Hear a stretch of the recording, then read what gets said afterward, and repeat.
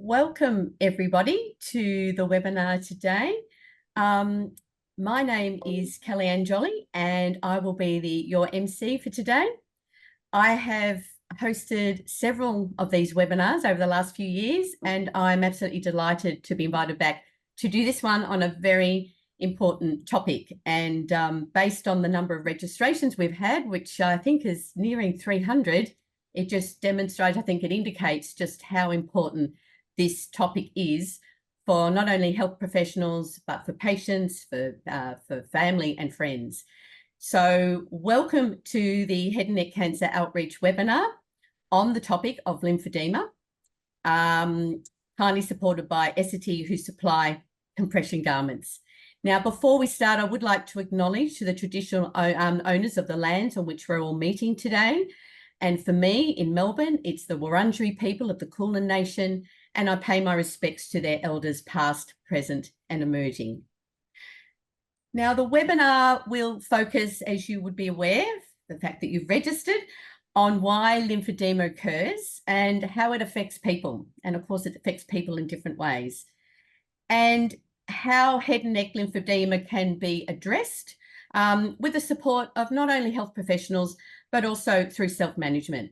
And we have two great speakers for you who will bring their perspectives and experience of lymphedema. One from the perspective of a health professional, an occupational therapist and lymphedema specialist, and the other from a patient who is actually living with lymphedema every day.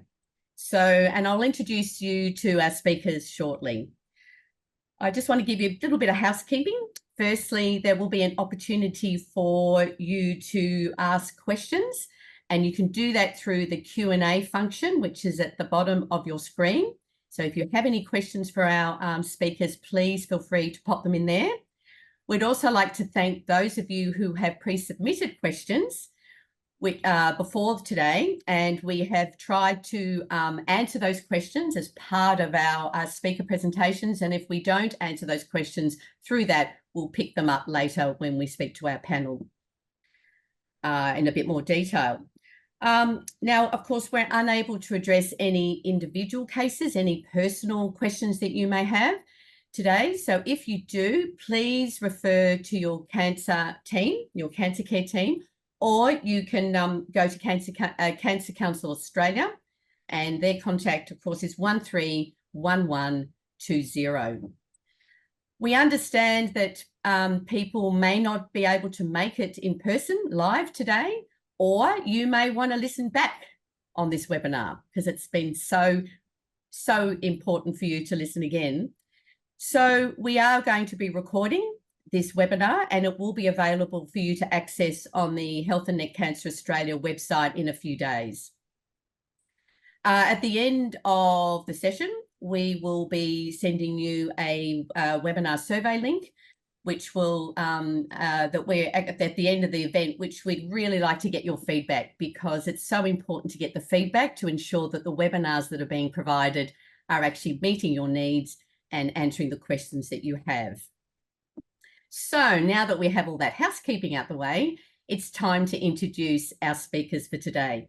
And our first speaker is Dr. Amanda Pigott. Now, Amanda is an occupational therapist, and she's a lymphedema therapist and lymphedema researcher. Very busy, Amanda, who has over 25 years of clinical experience. She's worked as a specialist clinician in the cancer-related lymphedema clinic at the Princess Alexandra Hospital in Queensland. And she also has extensive experience working in the public health system, particularly specialising in lymphedema clinical care. She also, as if that doesn't keep her busy enough, she also runs a consultancy training health professionals in edema management. She also holds an honorary appointment as a research fellow at the University of Queensland, and she's also involved in multiple research projects investigating the effects of cancer treatment on lymphedema development and experience. So I think she's a very qualified and perfect person to be speaking about this topic today. So I will hand to Amanda, who will speak to us for the next 30 or so minutes. and then we'll have some chance for some questions. So over to you, Amanda. Thank you very much, Kelly. It's wonderful to be here with everyone today. Thank you for inviting me to speak about head and neck lymphedema. It's a topic I really like to talk about. I talk about a lot.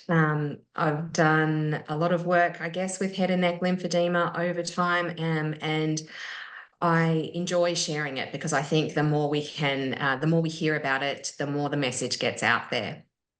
Hopefully everyone can see my slides. I'm sure someone will let me know if you can't. And I know we have a mixed audience today. We have people who have gone through head and neck cancer treatment as well as health professionals. So I have tried to pitch somewhere in the middle of those two, but feel free to ask any questions you'd like in the Q&A function, and we can get to those at the end if I don't answer them as I go through. Firstly, I just wanted to cover off on what is lymphedema. For people who have been through head and neck cancer treatment and have developed some swelling, why do you have that? So lymphedema is just a word that describes a swelling. It's a swelling that develops when our lymphatic fluid builds up in the tissues, and it's the tissues that are in the skin and just beneath the skin. And it happens when we get a disruption to the lymphatic system. So often people going into cancer treatment have never heard of the lymphatic system. It's not one of our well-known body systems. You can see it in the image on your screen depicted in green.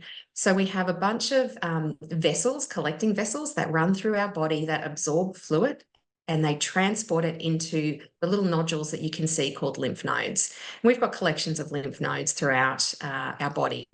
If we have a look specifically at the head and neck lymphatic system, you can see that it's really detailed. This is a very old image done back in 1874, where the lymphatic system was first extensively mapped.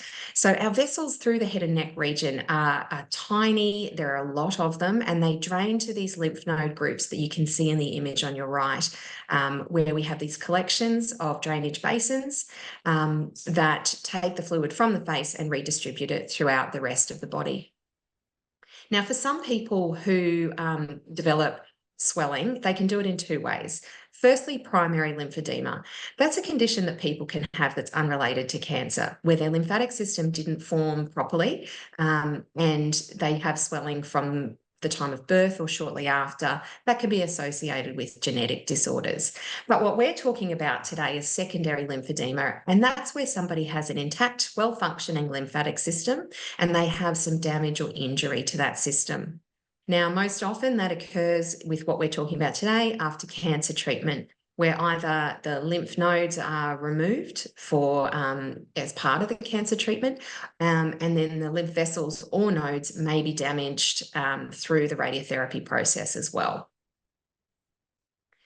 When we see lymphedema develop in the head and neck, it can present with two different formats: external and internal head and neck lymphedema.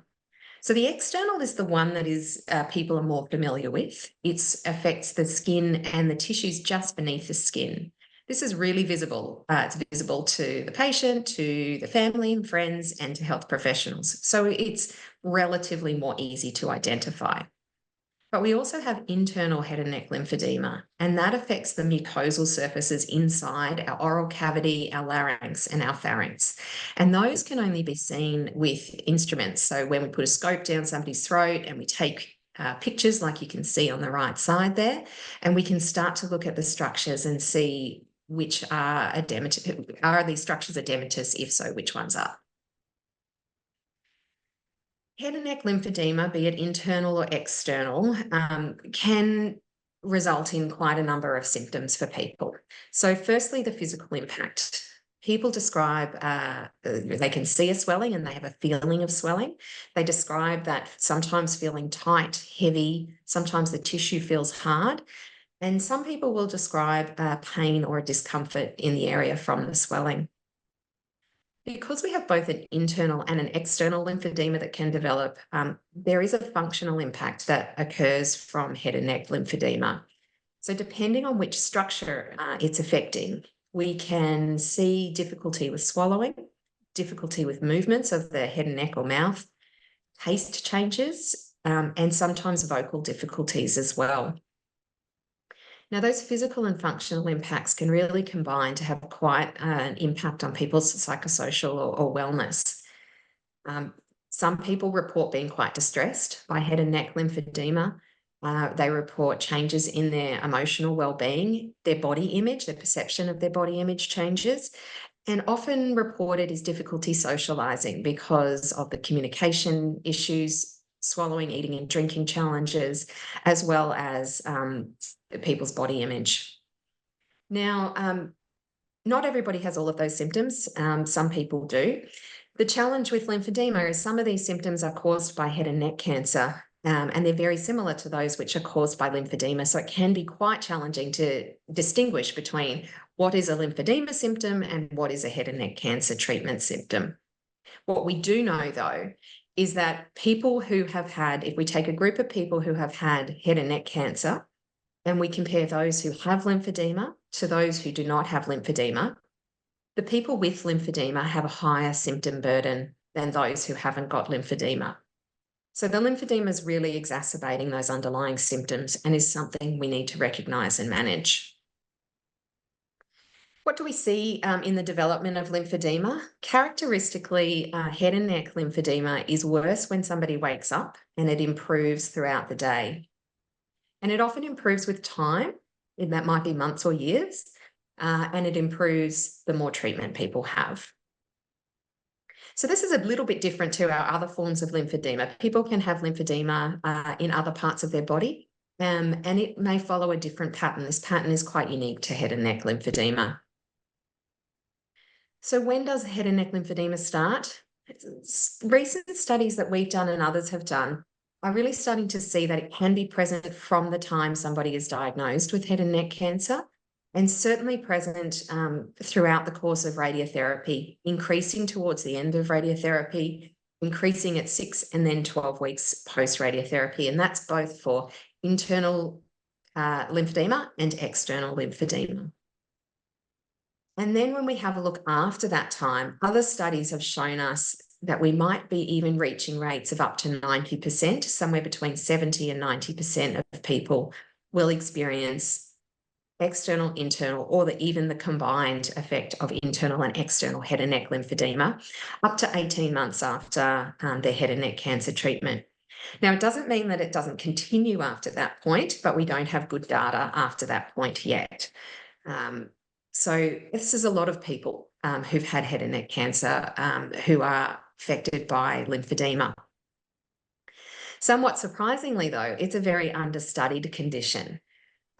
When I first started working with head and neck lymphedema, it was back in 2006, and I hate to date myself, but at that point of time, there were only 10 papers written in the world, 10 research papers on this topic. Now, that's certainly exploded by this time, but it is still, recent studies will show us, a very under-recognised and therefore underdiagnosed and undertreated condition. So certainly something that needs people who are going through cancer to be aware of it, and as well as health professionals to be aware of the potential for head and neck lymphedema. So the most, I guess, where do we start with head and neck lymphedema? And that's by identifying its presence, and that's through assessment. So I wanted to tell you about some of the things that can be done to look for head and neck lymphedema. One of the recent advances that we've had is the capacity to image the lymphatic system. So we can inject some dye. You can see some dressings on this gentleman's head that show where dye has been injected into his head. So we can then use an infrared camera to image the lymphatic vessels. The dye is taken up into the lymphatic system, and we can see, does somebody have lymphedema, and where do they have lymphedema, and where has their drainage system moved? It's not following the pattern that we saw originally on those, lovely line drawings. It's now had to find different pathways and undergo different processes. So what we see when we look at these images, we get a map that looks like this, and we can see that this gentleman has lymphedema that's occurring in the neck. It's occurring in his right side of his neck more than the left side of his neck. The dots you can see at the top of his face represent where the dye was injected. And you can see in the second image that the dye or the lymph fluid is really starting to pool around underneath his jawline, around where his stoma is. So this gives us a really good idea that this gentleman does have lymphedema and where it's located, where that blockage is. It might be that he has symptoms in other places, but we can identify that, that blockage area, and we can see where that blockage is draining to. So this is something that's given us some really good insight into head and neck lymphedema in recent years. For those who are interested, and gloss over this if it gets a little complex, the images at the top there show you a diagrammatic representation of the lymphatic system. So you can see what looks like, I think, a canopy of trees at the top, and that's just underneath the surface of our skin. That's our lymphatic capillaries. And they are supposed to pick up fluid and take that down to the longer vessels you can see at the bottom, which represent the lymphatic vessels, lymphatic drainage vessels. So when our system's working really well, those lymphatic capillaries up in the tree canopy will absorb the fluid, they will take it down to the vessels, and those vessels will drain really efficiently and effectively the fluid from one area and move it to another. So what we see on our ICG imaging is what's at the bottom there that you can see in what's called the normal image. So we have these lovely long linear vessels, and lymph moves very efficiently from one place to another. However, in the second image labeled B, you can see there's been an obstruction to the lymphatic system, and that would be as if you'd had cancer treatment and you'd had radiotherapy to your lymph nodes, or you'd had some lymph nodes removed with surgery. And the lymph is now having trouble getting through those vessels. So instead of being able to move in that really efficient, lovely, long linear vessel, it's instead having to go back up into the tree canopy and move from capillary to capillary in a very disorganized and very slow and inefficient method. And that's what we see in the image at the bottom there. That's what we see when somebody has lymphedema. So this might appear a little bit fuzzy. These images are never sort of great for viewing, but hopefully it gives you a little bit of an idea of where that injection spot is. And then soon you'll see that green dye moving through one of these nice long lymphatic vessels in a very efficient way down to the next collection point. That's what we see when the lymphatic system works well.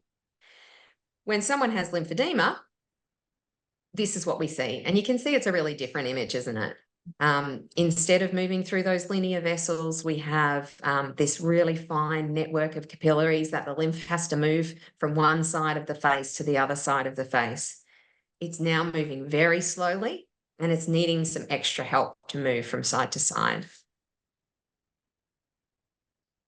Okay, so after we know somebody has head and neck lymphedema, there are various assessment points that we want to check in with, and I'm going to go through these one by one. So firstly, patient-reported outcomes is what we use to describe people who have head and neck lymphedema reporting their symptoms to us, and this is essential. We know from other research that head and neck lymphedema is really a different experience for each individual. So some people who have very mild lymphedema will be highly distressed by that lymphedema. It may be quite symptomatic for them. But other people who have quite severe appearance of head and neck lymphedema may not have as many symptoms. So we need to have these patient-reported outcomes, and some of them, more commonly used ones, are listed there for health professionals who are interested. When we're looking at external lymphedema, we want to use tape measurements to measure the size. I'll talk about treatment in a minute, but if this is a technique we can use to monitor treatments to see, are they having a change and are they having a positive effect to people? If we're not seeing changes in patient-reported outcomes and size or presentation, then we need to change our treatment approach. And this is a protocol we've developed. We found that when we're doing tape measurements, the head and neck is so prone to movement that we have to have very strict protocols on how we position somebody before we take these tape measurements. Otherwise, it's not quite reliable to check from one time to the next time to see if there's been any change. So that's what we can do for external lymphedema. For internal lymphedema, I alluded before, medical staff would put a scope down somebody's throat to have a look at these structures. Now, there's a scale called Patterson scale that they will identify 13 structures in 2 spaces and rate those as having mild, moderate, or severe lymphedema. And that's one of the more commonly done internal lymphedema assessment pieces. It's a little challenging to do often because it does involve a scope, but where people are having checks along the way, images can be taken, like a still photograph can be taken, and that can be rated so that each time somebody has a scope, we can gather that information and we don't have to repeat scopes all the time for different purposes.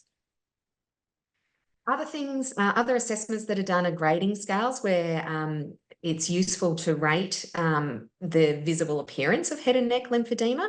So we can see if a person is moving, say, from a level 2, where they've got very firm pitting, swelling, down to maybe a level 1 where that's becoming more soft with time. That's a significant change that we want to be able to communicate to the person who has lymphedema, because sometimes it's hard to notice change when it happens slowly over time, but also really important to check that our treatments are providing improvement over time. Looking at tissue components is another thing that we do with particularly external lymphedema, and we can use a device called a lymph scanner to do this. What we're looking for is the water content of the tissue. The higher the water content, the more lymphedema somebody will have. So the diagram at the bottom is showing you the top line is the top of the skin. So the images that the areas that we want to look at with lymphedema are the skin and just beneath the skin, because that's where lymphedema starts. So we can use a device that looks like this, which is called a lymph scanner, which can take a reading of the percentage of water content of the tissues in the head and neck area. Sometimes tape measurements and things can be difficult, whereas this is something that can take that fluid reading at multiple points throughout the head and the neck. And we've got some guidance of where we can take those measurements. Again, we need to be really careful that we're repeating measures in exactly the same place each time. But I find it really reinforcing and helpful to know that all the effort a health professional and the person with head and neck lymphedema is putting in, we can track and see if it's having positive effect, and the lymph scanner can be really useful for that. So now that we know how we can sort of assess and monitor head and neck lymphedema, I wanted to just give you a little bit of an idea of some of the treatments that are used to manage the condition. So as I said, when I first started, there weren't a lot of papers. There are still not enough, but we do have a lot more research than we had way back when. So some of the more recent papers have looked at taking the individual research studies that have been done and pulling them together to give us some information about which treatments are helpful, which ones have got better support than others. Unfortunately, we still lack a little bit of research in this area. What we do know is that most people are treated with multimodality therapy programs. That's where we use a number of different treatments and we join those together to form a program that's delivered by a health professional, but also is delivered in a self-management program where a person with lymphedema is trained in these techniques so that they can deliver them themselves at home. The challenge with lymphedema is that our lymphatic fluid is produced daily, every minute of every day. So it's tricky to wait and see a therapist, for example, once a month for a treatment, which you might be able to do for another type of condition. Because our lymphatic fluid is being produced continuously, we need to try to manage it in a much more frequent way. So some of the treatment modalities have stronger research evidence. Our taping and our pneumatic compression are probably have the most robust at the moment, but others probably just lack a little bit of research because they've existed for a long time. And sometimes research is more tricky to do in things that have existed for a long time. So what we do know is that when we talk to people who are receiving treatment, they tell us that they perceive head and neck lymphedema therapy to be helpful and to relieve their symptoms. So that's really reassuring. These are the more common treatments that are being used. So I wanted to talk through each of these individually and give you a bit of an idea of what you can do and what you might be receiving should you develop head and neck lymphedema. So firstly, education and support. And for the health professionals who are in the audience, I know education is something we like to think that we deliver when anybody has a new condition. But I do find with head and neck lymphedema, it is a very foreign concept for a lot of people. The lymphatic system's foreign enough, and the development of lymphedema is foreign. But we even have a lot of health professionals who don't understand head and neck lymphedema. So taking the time to I guess, provide resources, but also provide explanation to people, I think is absolutely critical with head and neck lymphedema. Additionally, because people have the burden of having to take on a lot of this management themselves, they need to understand why they have the condition, why the treatments work. Otherwise, how do you have the motivation to spend a lot of your time and energy on these treatments? So education is very important, and support is another very important component. So ensuring somebody has adequate support. Now that can come through family and friends, where people are fortunate to have those people around.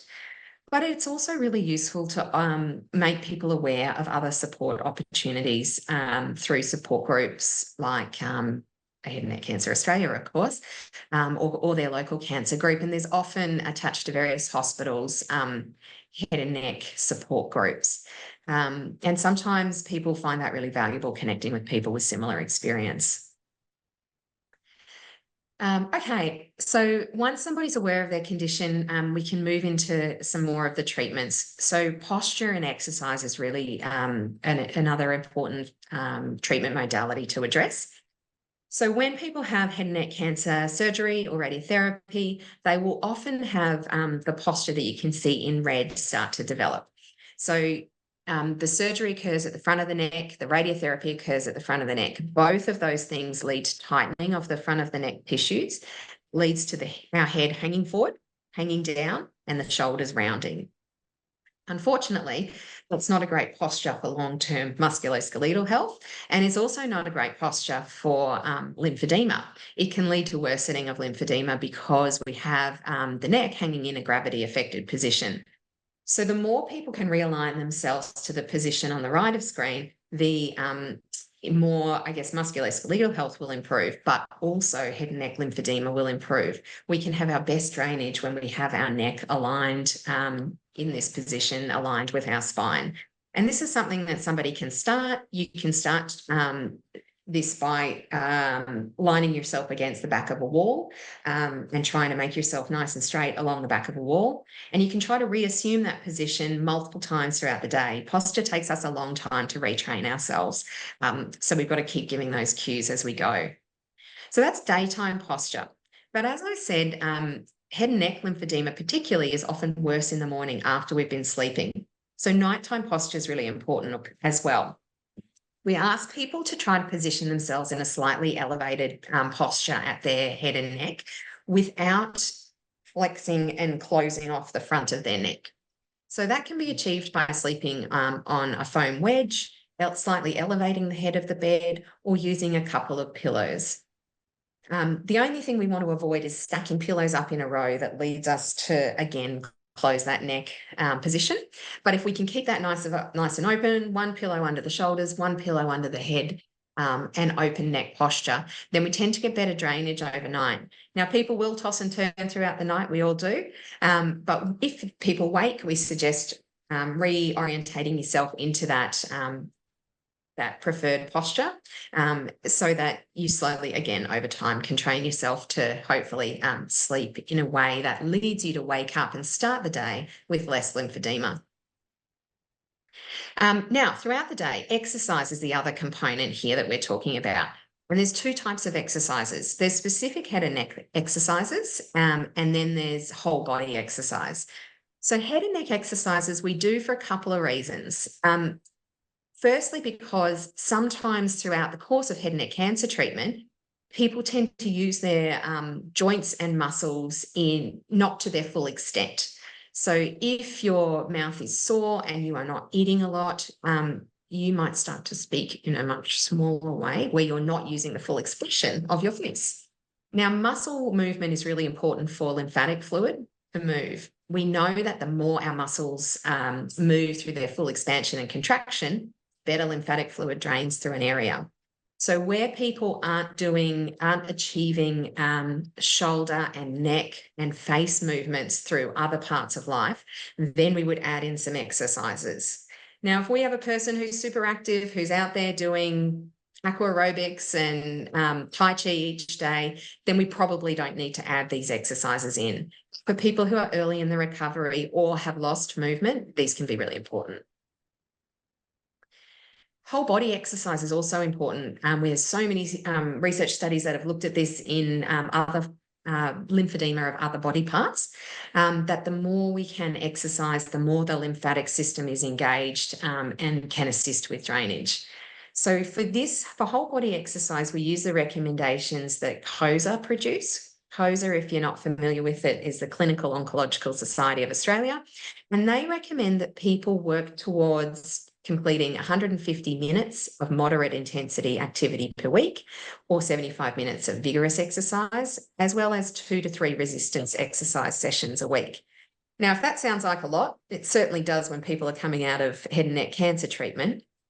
That's why they have the caveat that this is something to work towards. We don't want to start on an exercise program with no warm-up and no lead-in and no evaluation. We've got exercise physiologists who are really great at tailoring programs to individuals, as are physiotherapists. So if it's something that you haven't done before, starting with light exercise is perfectly acceptable, and getting some advice from an exercise physiologist or a physiotherapist.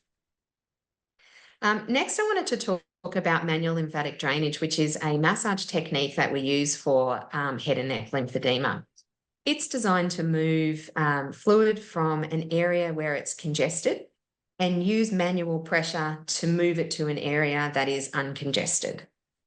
So when we're looking at general manual lymphatic drainage pathways, we try to do them where the head and the neck are in an elevated position. We start draining at the end point. So we start where the drainage is good and we work backwards into the areas where the drainage is not so good. We know from looking at these images that we can take with ICG lymphography that when we look at somebody who doesn't have head and neck lymphedema, this is the general pattern that their drainage will follow. So they'll generally drain from the top of their face down to the bottom and from the middle of the face out towards the side of the neck. And we have most of our lymph nodes in the sides of our neck. But when somebody has head and neck lymphedema, when someone's had head and neck cancer treatment, these drainage patterns change dramatically.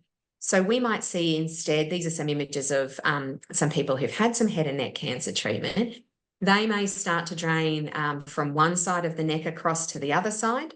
They may drain down into their underarm lymph nodes, and they may drain into lymph nodes around the back of the neck. So if we have this individual information, we can tailor the manual lymphatic drainage really well. If we don't have that, because not everybody has access to ICG imaging, it's a very new technology, we can use some of the principles that have been identified through other studies and apply them more generally with head and neck lymphedema.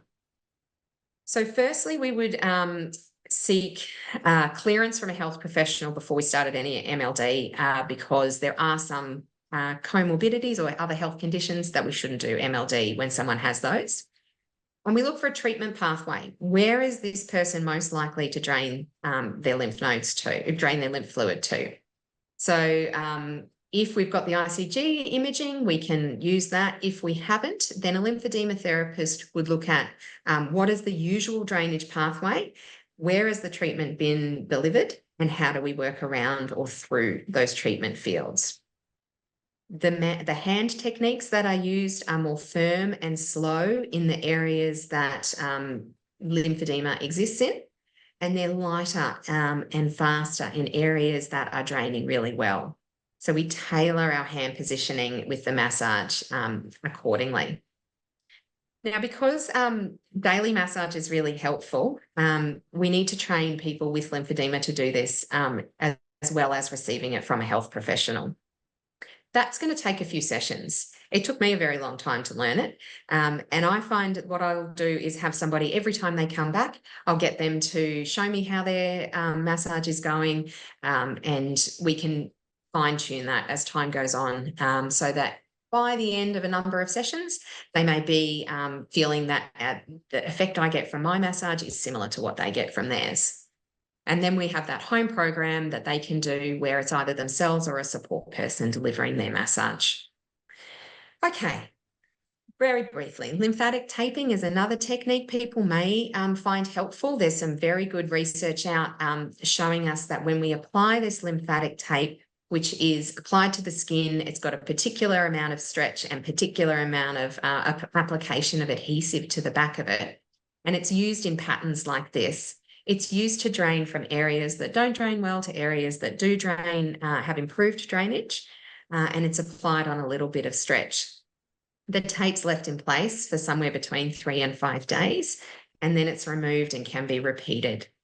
So this is a great additional technique that can be used with other modalities to try to reduce lymphedema in an area, and it's something that someone can learn to do themselves as well. Compression is a really useful modality that is used to improve the effects of the other treatments. So there's lots of different compression devices out there that are used to, it's great we have different ones because some people are comfortable with one type and definitely not comfortable with other types. Some people have lymphedema more into their face and do need some facial coverage with their compression. Others, it's just located in the neck and they can get away with a simpler version of a compression device. When people are prescribed compression, we ask them to start with daytime wear to make sure they're really comfortable with wearing the compression.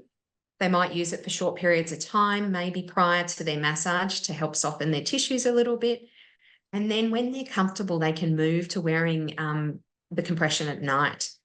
The aim of compression is to try to increase the number of hours you can tolerate it for during the day. More is generally better.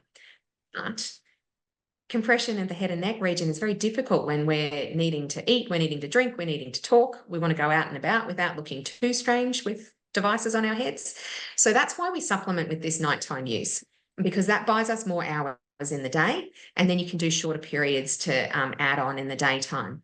It also, again, contributes to trying to start the day with less lymphedema. At that time, that lymphedema tends to be worse. Other treatments that we might use, people might be familiar with, laser photobiomodulation, where people can purchase themselves or have a therapist use a handheld laser device. There's some good research for this, and it's often used with head and neck lymphedema to try to soften tissues. It does try to stimulate lymph flow as well, and it's used where the device is held against the area with lymphedema for a period of time, be it a minute or two each spot, and is moved so we have a number of spot treatments throughout the area with head and neck lymphedema.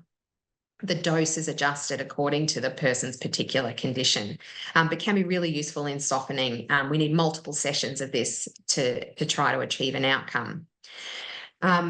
Skin and scar. Skin care is essential with lymphedema. Lymphedema, the condition itself, can result in our skin being drier and less well-nourished than skin in other parts of our body. So we need to cleanse it with a non-soap wash, pH neutral, so that we're not drying it out. We moisturize daily so that we don't get as much dryness of the area with lymphedema. And we watch for signs of skin breaks. So one of the questions was about infections, and cellulitis is one of those types of infections. And that can occur when we have skin breaks in the area with lymphedema. Cellulitis is an acute spreading bacterial infection of the skin and is commonly associated with lymphedema. Somebody will start to develop redness, heat, and swelling in the area that's swollen because the skin has had a break in the skin, and the normal bacteria that lives on the surface of our skin has been able to enter the area with lymphedema. Because that area drains more slowly than other parts of our body, the infection can proliferate more quickly, and lead to an infection called cellulitis. Now, cellulitis doesn't occur to everyone. It doesn't occur frequently in head and neck lymphedema, but it can happen, and it's worth knowing about.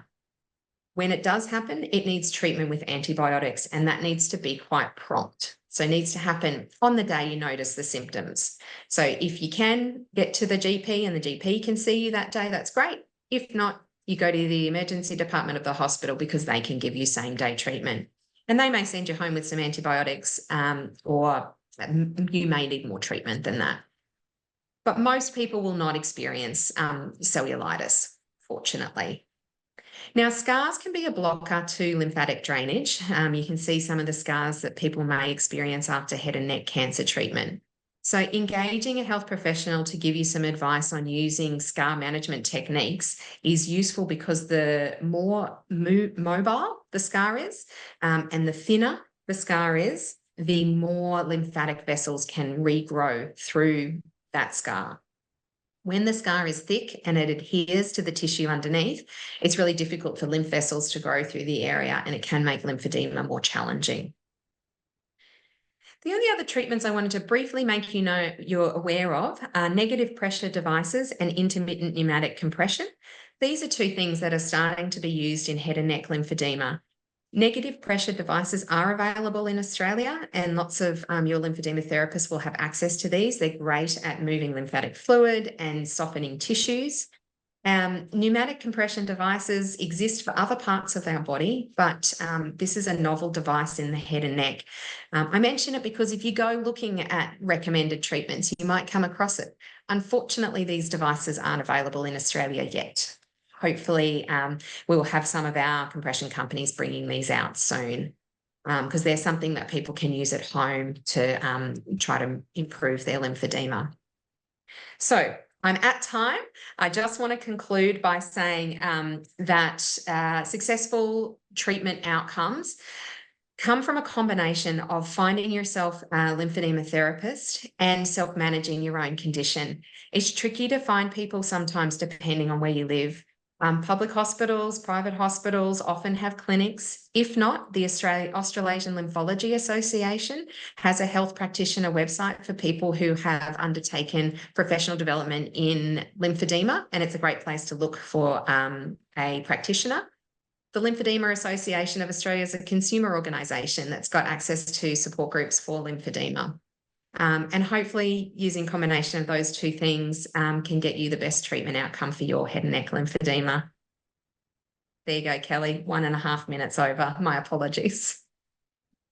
Oh, thank you, Amanda. I let you go because that was an outstanding presentation, and I'm sure everybody would agree. You pretty much covered everything there, and the caliber of the presentation and the slides, and you've managed to cover for all our audience, I think was terrific. So no problems in going over. And we've got a few, we might pick up a couple of questions, but just one comment. I can't believe the lack of research, to be honest, Amanda, in this area, particularly as you said, 70 to 90% of head and neck cancer patients are suffering with lymphedema. So I hope there's a few people out there advocating for further research in this space, and I'm sure you're one of them. Yes, believe it or not, Kelly, it's really hard to recruit people to head and neck lymphedema research, and I think, in my experience, it's been that it's such a heavy symptom burden that people have when they're going through the treatment,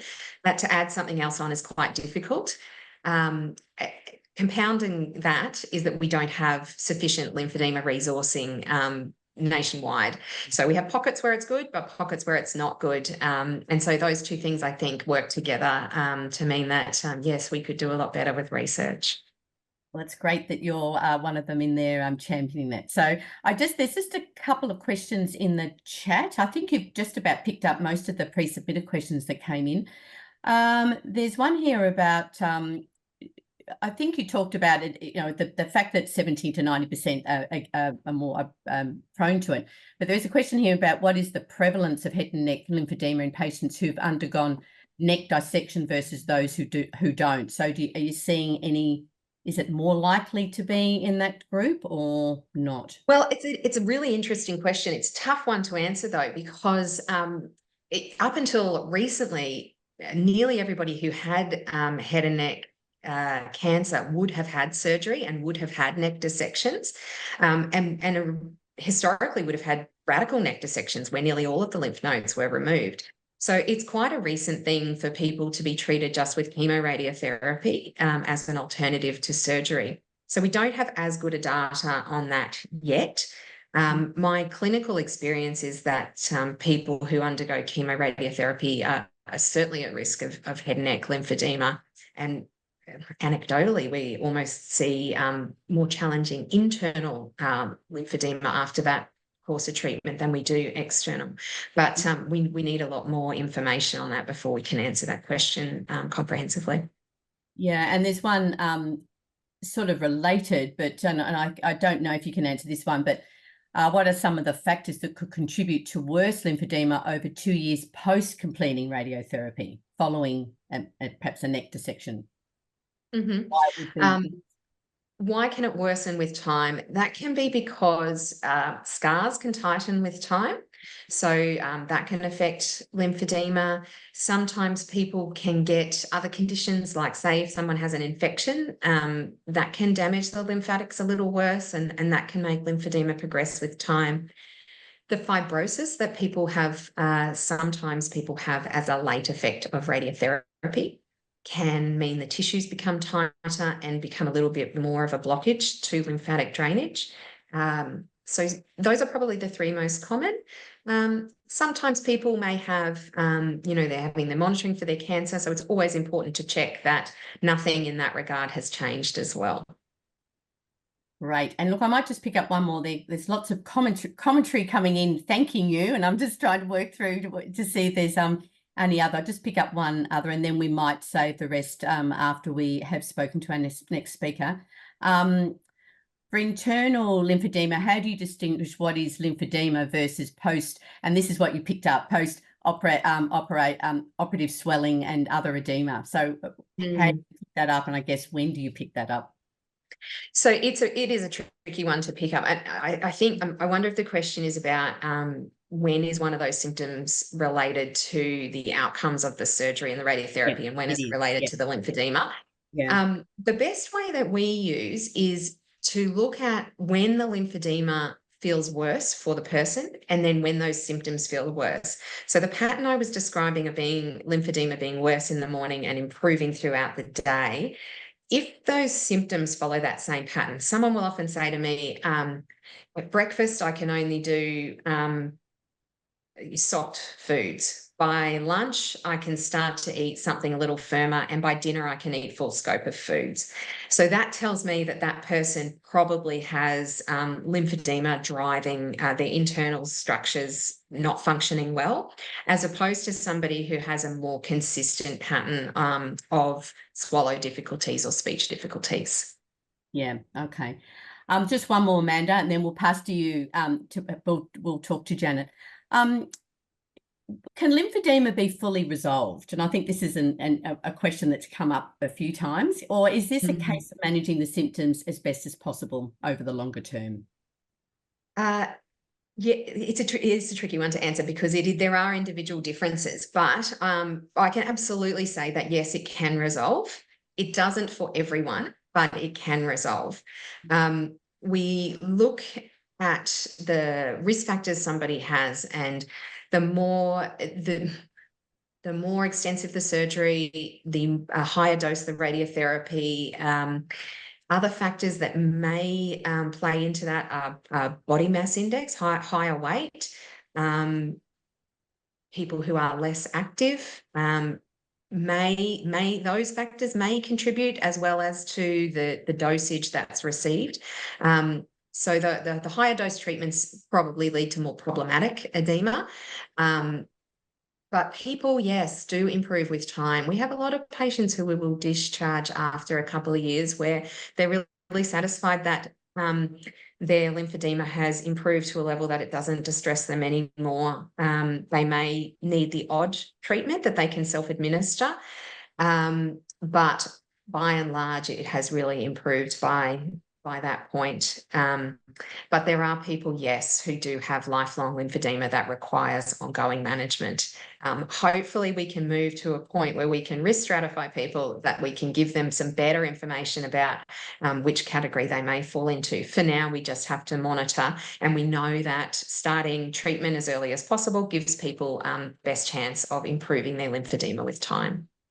Right. Thanks, Amanda. So it is very individualist, really very individual. Yeah. Thank you so much, Amanda. We've still got some questions coming in, but we might pause there and we'll move to our next speaker, Janet. Now, Janet's bringing a lived experience perspective here, someone who is experiencing this daily. So Janet Curran is a former patient from Canberra, and she's currently a member of the Canberra Hospital Support Group. And she's experienced face, neck and jaw lymphedema, and her surgery was back in early 2023, I believe, and she'll talk a little bit about that in a moment. And she has really kindly agreed to share her story and her experience with lymphedema today with us.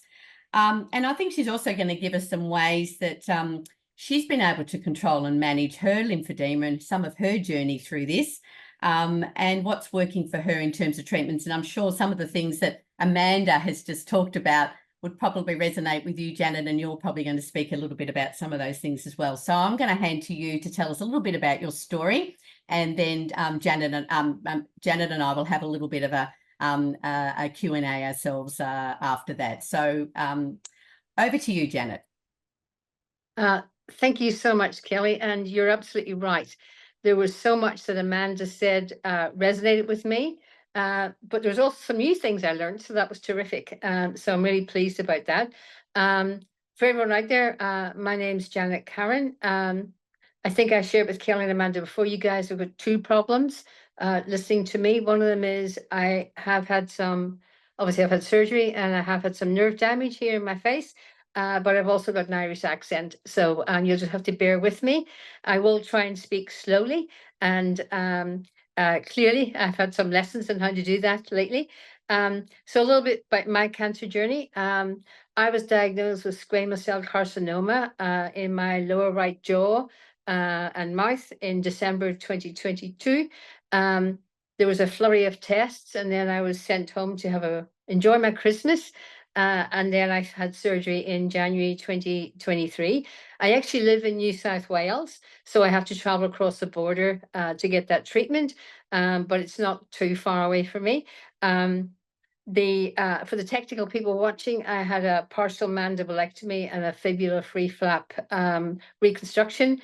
For the rest of us regular folks out there, what that meant was that I had part of my jaw removed and teeth. And then they used the fibula in my right leg to rebuild my jaw. So what that means is that there was muscle, skin, and veins and a blood supply taken from my leg along with the bone, and then that was all put together and transplanted into my mouth. Of course, what that means now is I had an incision running from just under my right ear across my neck and then up to the center of my chin, just underneath. And then I also have a scar running from my knee to my ankle in my right leg. There was also skin graft taken from further up my thigh to help replace where they'd taken the skin used in the transplant on my leg. During surgery, I also had the pleasure of having 25, 30 lymph nodes removed from my face and neck. So I guess I've got that kind of threefold impact on my lymphedema system. I also have a titanium plate implanted into my jaw, so that runs from the left side of my chin right round and up to the corner of my right jaw.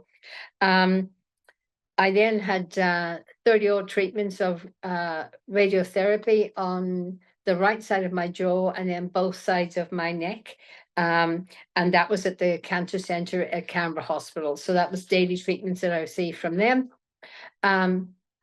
Obviously, there has been that impact on nerve damage, which has resulted in some numbness here. I can't feel anything from above where my scar is up until I start sort of getting into my face further on up. I've got some fibrosis happening now in that soft tissue in my face and neck, restricted mouth opening. excuse me, a few swallowing issues and the inability to eat some of my favorite foods that I used to love. And my taste buds have changed considerably. My thyroid has also decided to come to the party and stop working as well. But we're working through the medications on that. And I'm just waiting for some surgery to generate a bit more space between my lip and my teeth in there. Of course, lymphedema has mostly been on the right side of my face and in my neck. I don't think I'd heard the word lymphedema, as Amanda mentioned there, before the surgery at all. Although I've become extremely familiar with it since then. Excuse me. To cope with what was happening for me personally, I kind of focused on, I got to get through the surgery, and then I got to get through that recovery, and then I got to get my radiation done. I had to get a peg put in to help feed me through the tube. So for me, I kind of, in my own mind, compartmentalize things. I was lucky I had a husband who was with me all the way. So he attended all the appointments with me. And that was good because at times you get distracted by something that was said, and he was able to remember what was said and to keep me on track. My first referral to the lymphedema clinic, which is in North Canberra Hospital, which is about 45 minutes away from me. But my first referral from them was from Siobhan, who's actually a speech pathologist at the cancer centre. And so my first visit to the lymphedema clinic wasn't until June last year, so about 6 months after my initial surgery. I guess it was interesting. One of the things that I found was it looked like I had a balloon attached to the side of my face, or a football. I didn't actually know where the swelling of surgery ended and where lymphedema began. Plus, because they had put transplanted veins and things for blood supply into my neck, they told me, the surgery was saying, don't touch that too much initially. So therefore, I wasn't doing a lot of the initial massage on the scar to help keep it mobile, to stop the adherence. The lymphedema clinic were great. So Abby there is fantastic. But they're pressed for time. They've got a lot of patients. And lymphedema is something that the patient really has to take on management themselves. I don't think I'd appreciate have to come out and do my first massage for me, which is in my bed in the morning. It'd be lovely if they did, but I don't think that's a practical solution for them or for me. But they could do the moisture measurements for me. They did the tape measurements as well, which were really, really good. And what they were able to do then as well was help me to show me the techniques. Now, because I couldn't, I have loss of sensation and feeling, it was really important for them to show me the techniques, but then for me to physically look at it in a mirror. So I watched myself in a mirror do the techniques, and that would help me to get it correct. They were really great at doing that. Plus, he took photographs. And the photographs were really essential because I think, as Amanda had mentioned, the changes in lymphedema can be really subtle over time. And I didn't tend to see them as much, but when you did the comparison of the photographs, that really was able to highlight to me that there was positive change happening there. So that was a really good thing. I did need compression garments, and they couldn't be supplied through the hospital, but Abby was able to refer me to a private practice, which is, I'm not sure if I can mention, but Positive Motion guys in Canberra. And my initial garment, and I'll show you here, was quite big. It fitted under here. Plus then I had a garment to hold it on. And that garment, I was able to get access to that quite quickly. But obviously you have to purchase that. So you start getting hit with that financial burden quite quickly.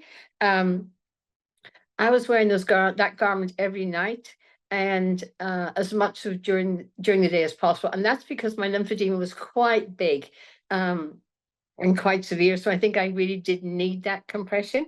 When I was sleeping in bed at night, I was sleeping propped up, and that was to help that drainage and to help build those pathways. It was quite difficult because your sleep is interrupted, and at times I would do that slipping down, as Amanda mentioned, and you end up almost choking, and then having to wake yourself up. I was seeing Amanda at the, I was seeing Abby at the lymphedema clinic, so the general hospital. And then I was also seeing 2 specialists at my private practice, Liz and Fleur.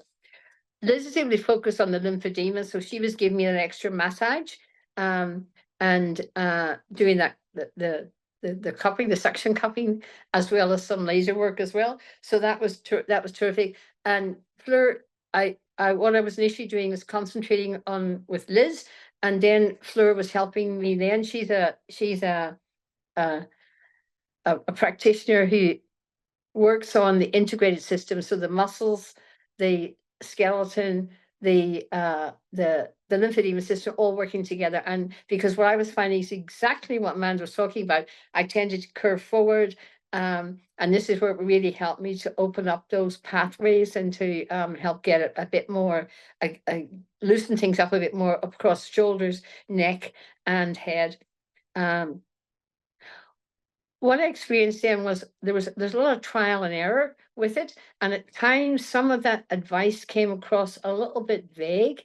You know, you can try this, and then we'll try that. I understand now that that's because there's such variation between patients, because obviously I've had lymph nodes removed, I've had scar, I've had a scar here, I've got radiation as well, and I'm getting a little bit now of fibrosis happening. So that has really, there's that such big variability between patients that you can see that, I could see that now on reflection, that the techniques did have to vary, and sometimes it is a little bit of trial and error. I was massaging at that time 5 times a day. That's now reduced to 3 times a day, with my first one being literally, as I said, in bed in the morning. But I also find myself doing massage when I'm sitting watching TV. I'm sitting as a passenger in a car. So I take really opportunities to augment that and to help it.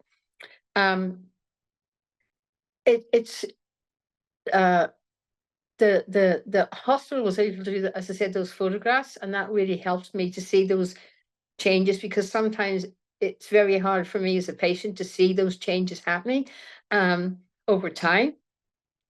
Also, I did get a little bit focused on the moisture measurements that were happening, that Abby was doing for me, and was getting a little bit disappointed they hadn't improved. But as it was really pointed out to me, this is because my techniques may well have been getting a lot better, which means I was actually shifting the lymph fluid from the lower to the upper and then moving it out.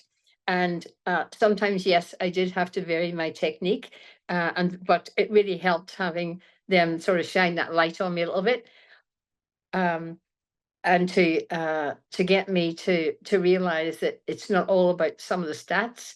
It's also some of the functional things. Like at first, I wasn't able to move my neck very well, especially driving. Functionally, then I was going to get a lot better. So it might be that the measurements in the moisture were going up, but functionally, I was actually performing a lot better. Now I did get Abby did also at the lymphedema clinic recommend the ICG test. That couldn't be done in the public system here in the ACT or close to me in New South Wales. So we ended up getting it done down at Macquarie Health in Sydney, which obviously meant I had to travel there. Luckily, my daughter came with me, and we were able to videotape what was happening there. So then we could actually see the movement. And what came out of that was I needed to change my, I could then change my compression document or my compression garment. So I've actually ended up with something which is this, which is actually sold on Amazon as a document, as a garment to help people who've got double chins and to help slimming. So, but the good thing with this is it's actually adjustable, and it puts the pressure in the right spot for me. I now wear that about 3 times a week, so I've really reduced that, and I don't have to wear it during the day, which is for me has been really, really good. But it also means that I can, it's giving me a lot more flexibility. Plus, I've actually seen those changes in the benefits of the massage, and I think it's really important to take charge of that yourself and to do it. there was something else that was recommended, which was the laser, which Amanda touched on. So I actually ended up purchasing a laser through my private practice. They helped me with that. And then, so I've used the laser both on my face, my neck, and actually on my scarring on my leg as well, to help with that. As I said, I manage my massage first thing in the morning, then the early afternoon, and then in the evening time, but then I augment that during the day as well. I've had the suction therapy and the laser therapy both at the private practice. And I also use the steam gua sha at night just to help me, just as something different to try. What I realized then was after getting the ICG done was using that combination of the lighter, slower strokes on the chin, which is where now it tends to pull, and then moving the fluid then to the surface, and then the longer, slower strokes up towards the neck, up towards the ear, and then down the neck.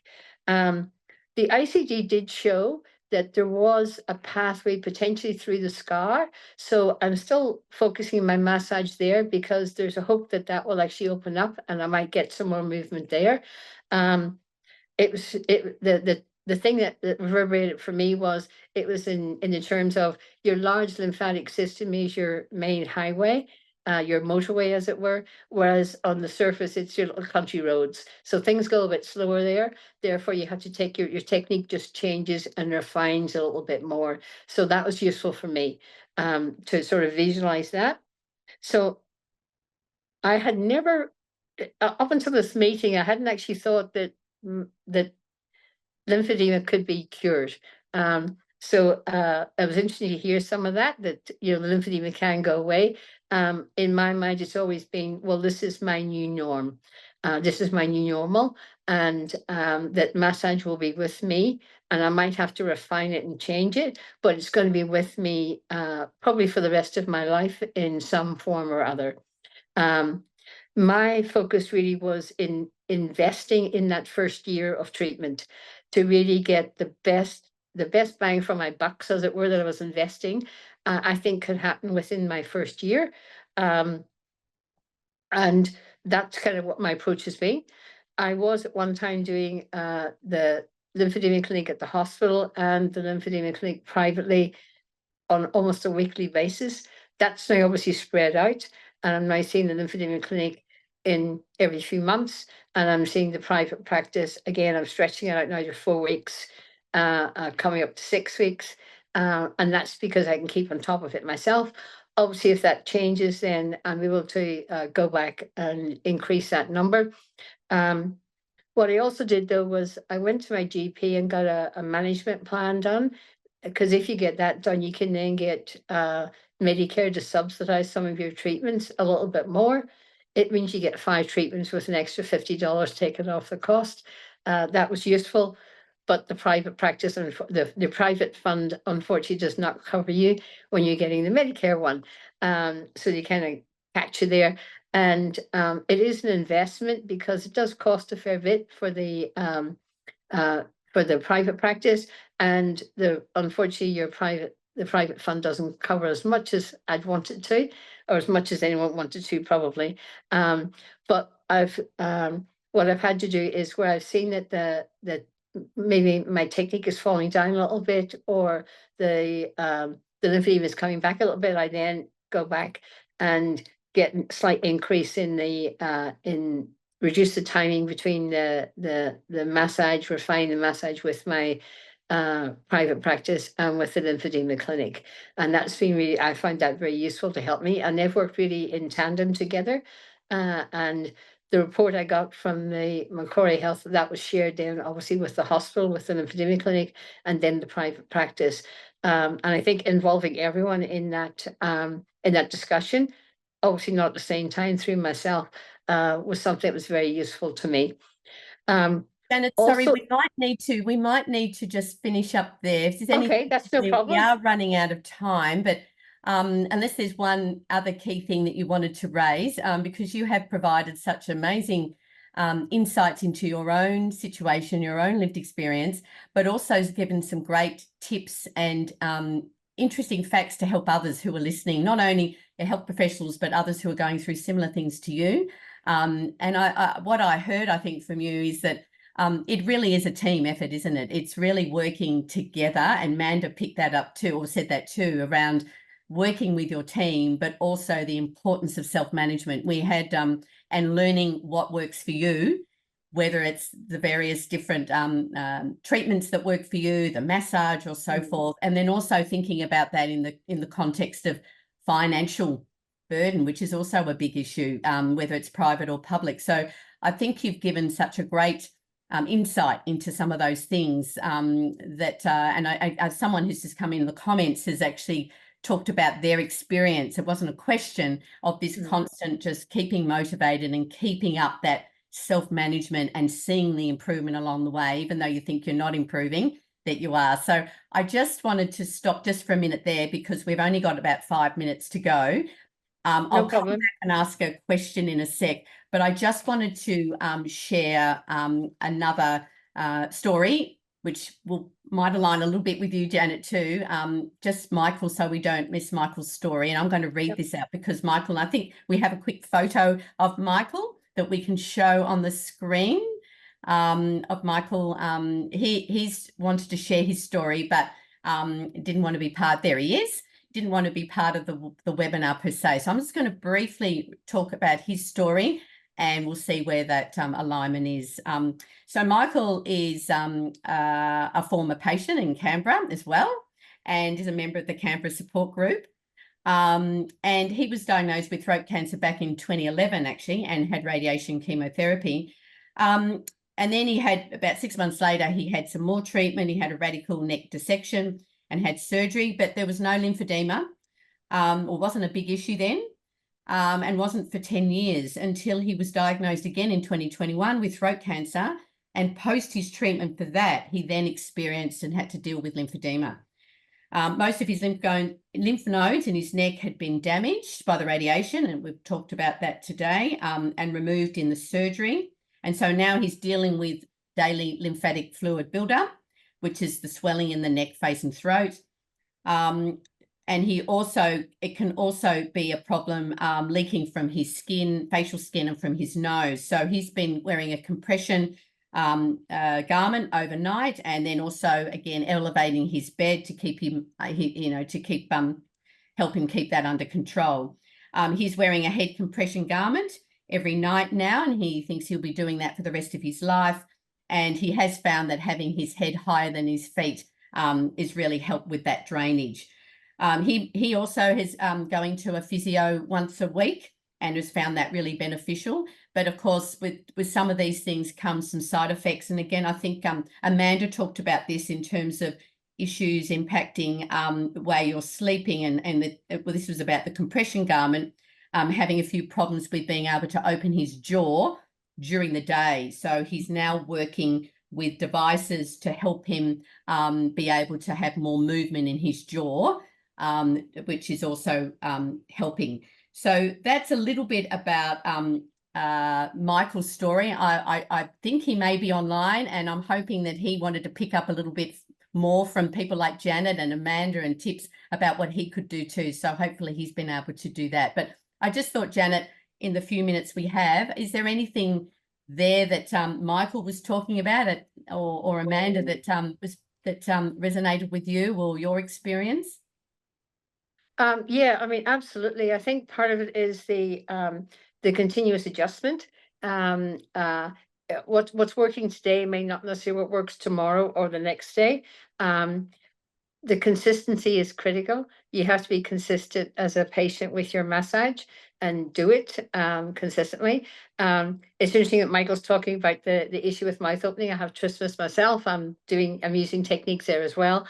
So it's really as you get into a routine of doing your stretches in the morning. I must admit, initially, I hadn't appreciated how important it was to do the exercises regarding just regular stretching. And the initial drainage down from your collarbone down to sort of help get things moving. And then I appreciated that a bit later on, that was a good thing to be doing. Yes, absolutely. What I would say is It's interesting, Michael's got his mask obviously slightly lower in the chin. Mine needs to be to get the pressure on my chin. So there's subtle differences for each patient as to what garments work for them. And the one I find is useful because I can vary the tension on the sides. It's not just around the top, but the tension on the sides as well. Even though that's not what it's sold for, it works quite well for me. Reasonably cheap, but I can replace it pretty regularly. So that's not really a big problem for me. But yeah, definite similarities there. Right, thanks, Janet. And I just thought, Amanda, I might, in the few minutes we've got, if any comments from you, having heard Janet and Michael's story, anything that you wanted to pick up or reiterate or add? I guess I'd like to thank them for their presentations. I think it adds so much information to hear a person's lived experience, in addition to hearing from the research and clinical practice side. We really need those stories to go hand in hand. And I think having Janet's story and Michael's story shows the different experiences that people have after head and neck cancer. And it's not one uniform condition, and it's really reassuring to see how well they have done in taking on board the self-management and being able to persist with that. And I bet, Janet, when you look back, although you've still got ongoing needs now for management, I bet the improvement is pleasing to see over that period of time. Oh, absolutely. It's still a shock when I see myself in the mirror at times, but yeah, it's you adjust to that new normal. It takes a while though. I'm still pissed off I'm in this situation, don't get me wrong, but I think the consistency of management is really critical. And listening to those, what I should say as well is family is very good at supporting you and your friends, but they're gentle with you. The professionals are the ones that are tougher on me and hold me to account, and that's actually a good thing. It's a balance between being firm with a patient and encouraging them and being gentle. But you can get both done, I think. Thank you. I know there's a few more comments coming through and people are asking questions about can they get the presentations and what exercises, very specific questions. We're just run out of time. We can't answer all of those. But I think we might need to finish up now because we did say 1:15 and people need to go. But I just wanted to say thank you so much to Amanda and to Janet and to Michael for sharing your story and for your presentation, and just the judging by the amount of comments and the questions, the fact we've run out of time just shows that we could talk about this issue for a lot longer, and I'm sure we will. So I just wanted to thank you and to thank the people who have come in today and registered and been part of the discussion and listening. Also just wanted to remind participants or people online that, and I think, Amanda, you did a nice plug for Head and Neck Cancer Australia's resources and website. There's so much on that site around fact sheets and animations, podcasts, everything, all the webinars, and of course this one will be up very shortly. So please take a look and remind you about the webinar, the survey link. Please give us your feedback from the webinar today. That will be sent to you after this. And also just to thank Essity again for supporting. We can't do these webinars without the support of people like Essity who have supported this particular webinar. I think we're a few minutes over, but I think we got there. So thank you to everybody. I wish you all very well, and we'll see you next time. Bye.